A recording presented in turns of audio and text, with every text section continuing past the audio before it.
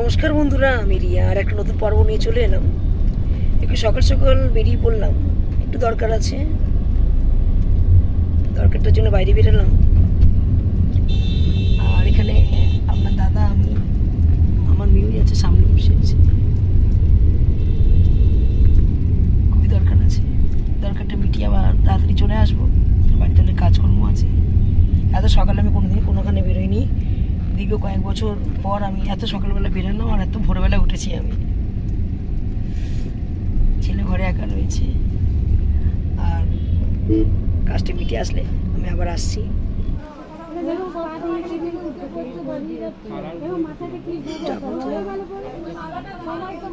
নিজের চোখে দেখলাম মন্দির, খুব জাগ্রত।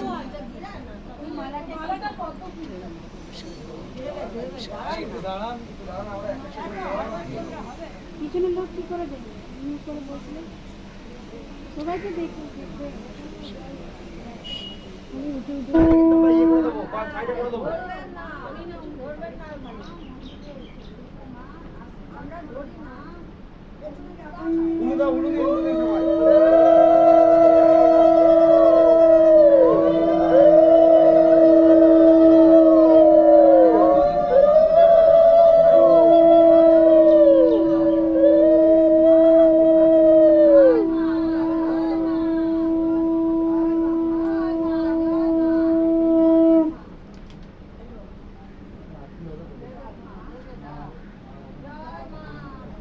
নিজের চোখে দেখুন মন্দিরে ফুল পড়ছে।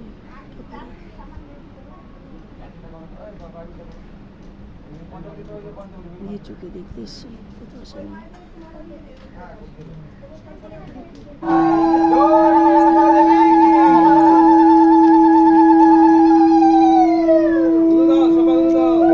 কতটা ভিড় বন্ধুরা, যেই ফুলটা পড়ছে ওটা হাতে দেবে।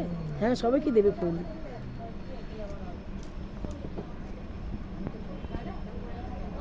ভিড় দেখুন বন্ধুরা, কি ভিড়, প্রচুর ভিড় হয়।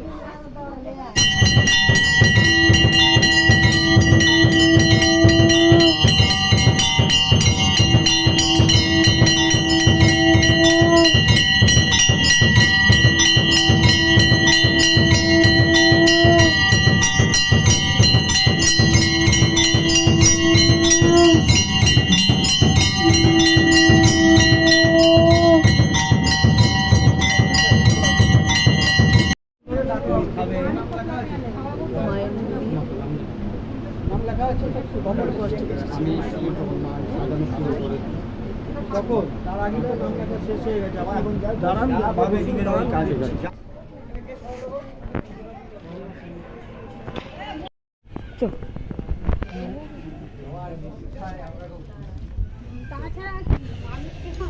এই খুশির জন্য আমরা একটাই কথা বলতে হবে, তোমার মঙ্গল হোক।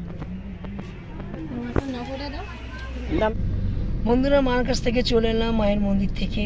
মায়ের মন্দিরে গেলে তো কষ্ট করতেই হবে, কিছু করার নেই। আমার যেন যত চোখে জমানো জল যেন হুড় করে বেরিয়ে গেল মন্দিরে পা দিতেই। জানি না কতটা কষ্ট ছিল আমার বুকের ভিতরে, এতগুলি বছরের মাঝখানে সব বেরিয়ে গেল। আপনারা যদি আমার ভিডিওটা দেখে থাকেন, আমি অন্য ইউটিউব দেখেছিলাম, এত মা মনসার পুজো দেখেছি আমি। এই পুজো আমি নিজের চোখে দেখলাম, আমার মেয়েকেও নিয়ে গেলাম, আপনাদের দাদাকে নিয়ে গেলাম।